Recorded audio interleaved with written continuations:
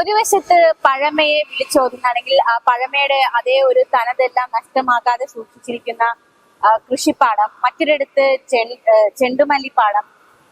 കുറച്ച് ഇങ്ങോട്ട് വന്നാൽ ഇവിടെ ഒരു അണക്കെട്ട് കൂടിയുണ്ട്. അപ്പോൾ അക്ഷരാർത്ഥത്തിൽ ഈ പിരപ്പമൺകാടിലെ ഇടയ്ക്കോട് എന്ന് പറയുന്ന ഈ സ്ഥലം ഒരു സ്വർഗരാജ്യം വേണമെങ്കിൽ നമുക്ക് വിശേഷിപ്പിക്കാവുന്നതാണ്. ഈ അണക്കെട്ടും സഞ്ചാരികൾക്കും കാഴ്ചക്കാർക്കും ഒക്കെ ഒരു പുതിയൊരു കാഴ്ചയായി മാറിയിരിക്കുകയാണ്. മതിയാവോളം ആസ്വദിക്കാൻ പറ്റിയ ഒരു പ്രകൃതി രമണീയതയൊക്കെ നിറഞ്ഞു നിൽക്കുന്ന ഒരു സ്ഥലമാണ് ഇവിടെ.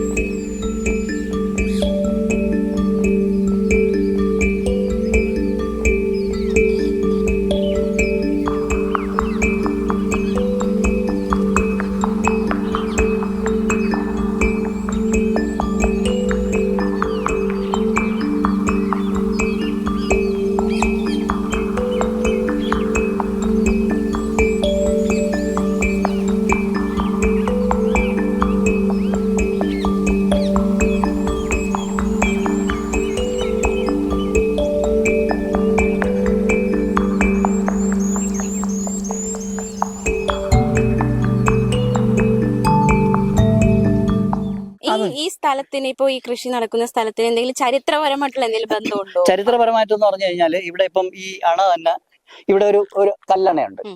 കല്ലണ ഇത് ഇടയ്ക്കോട് ഈ സ്ഥലത്തിന്റെ പേര്.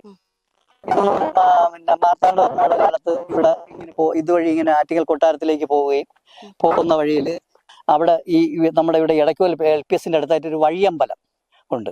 വഴിയമ്പലം എന്ന് പറയുന്നത് ആ വഴിയമ്പലത്തിന് അവിടെ ഈ ഒരു ചരിത്രപരമായിട്ട് അതിനെ കുട്ടനാച്ചി എന്നാ പറയുന്നത്. അവിടെ ചില രൂപങ്ങളെല്ലാം കുത്തിവെച്ചിട്ടുണ്ട്. പഴയ ഒരു വഴിയമ്പലം, കല്ലിൽ തീർത്ത വഴിയമ്പലമാണ്. അതുപോലെ ഈ അണയെന്ന് പറയുന്നത് 1894 ബ്രിട്ടീഷുകാരുടെ കാലത്ത് കെട്ടിയ അണയാണ്.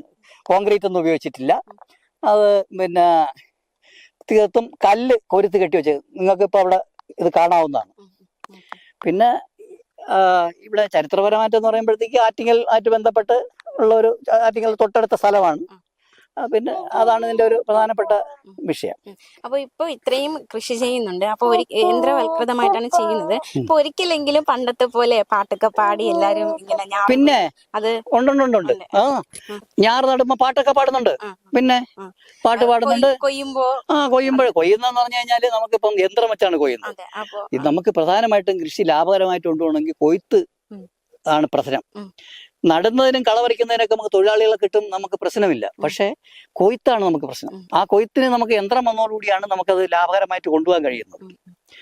അപ്പോ നമുക്കിപ്പം ഒരു 15 തൊഴിലാളികളെ വെച്ച് കൊയ്യുന്നത് നമുക്ക് യന്ത്രം വെച്ച് കൊയ്യുമ്പം നമുക്ക് ഒരു മണിക്കൂർ കൊണ്ട് നമുക്ക് കൊയ്തെടുക്കാൻ പറ്റും.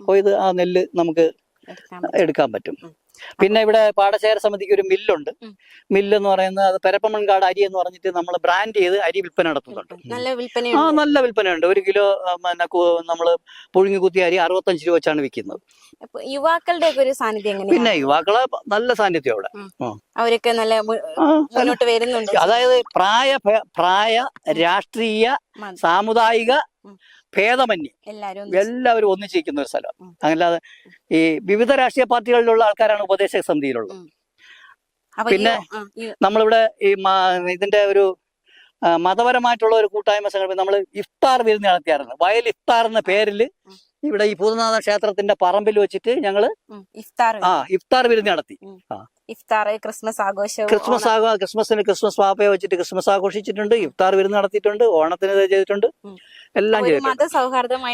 എല്ലാം നമ്മള് അതല്ലേ ഞാൻ പറഞ്ഞേ, ജാതി മത രാഷ്ട്രീയ വ്യത്യാസങ്ങളൊന്നുമില്ല. എല്ലാ രാഷ്ട്രീയ പാർട്ടികളിലുള്ളവരുണ്ട്, എല്ലാ മതത്തിലും പെട്ടവരുണ്ട്, എല്ലാ പിന്നെ രാഷ്ട്രീയക്കാരുണ്ട്, ജാതി മതഭേദമൊന്നുമില്ല, എല്ലാവരും ഉണ്ട് ഇതിനകത്ത്. അപ്പൊ ശരിക്കും ഈ ഒരു സ്ഥലം അങ്ങനെ ഒരിടത്ത് ചെണ്ടുമല്ലിപ്പാടം, അണക്കെട്ട്, അന്യം നിന്ന് പോയ വയൽ, അങ്ങനെ ഒരു മനോഹരമായിട്ടൊരു ഗ്രാമീണതയും പണ്ടത്തെ ആ ഒരു തനതായിട്ടുള്ള ഒരു കാര്യങ്ങളൊക്കെ വിളിച്ചോതി നിറഞ്ഞു നിൽക്കുകയാണ്. അതെ. അപ്പൊ ഇതിന് പിന്നിൽ പ്രവർത്തിക്കുന്ന എല്ലാവർക്കും അത് തുടർന്ന് കൊണ്ടുപോകാൻ കഴിയട്ടെ എന്ന് ആശംസിക്കുകയാണ്. ഈ ഒരു ഓണക്കാലത്ത് നമ്മൾ മലയാളികൾക്ക് ഈ ഒരു കാഴ്ചയല്ലാതെ എന്താണ് സമ്മാനമായിട്ട് നൽകാനുള്ളത്, അല്ലേ? അതെ, നമ്മളിപ്പോ ഈ പൂവ് തന്നെ നമ്മൾ എല്ലാം തമിഴ്നാട്ടിനെ ആശ്രയിച്ചാണ് ഇവിടെ ചെയ്തുകൊണ്ടിരുന്നത്. ഇപ്പം നമുക്കിവിടെ നമ്മളെ ആവശ്യത്തിനുള്ള പൂ നമുക്കിവിടെ നിന്ന് കിട്ടത്തക്ക രീതിയിലാണ് നമ്മളിത് ചെയ്തിരിക്കുന്നത്. ഒരുപാട് പേരുടെ അധ്വാനം ഉണ്ട് ഇതിനകത്ത്.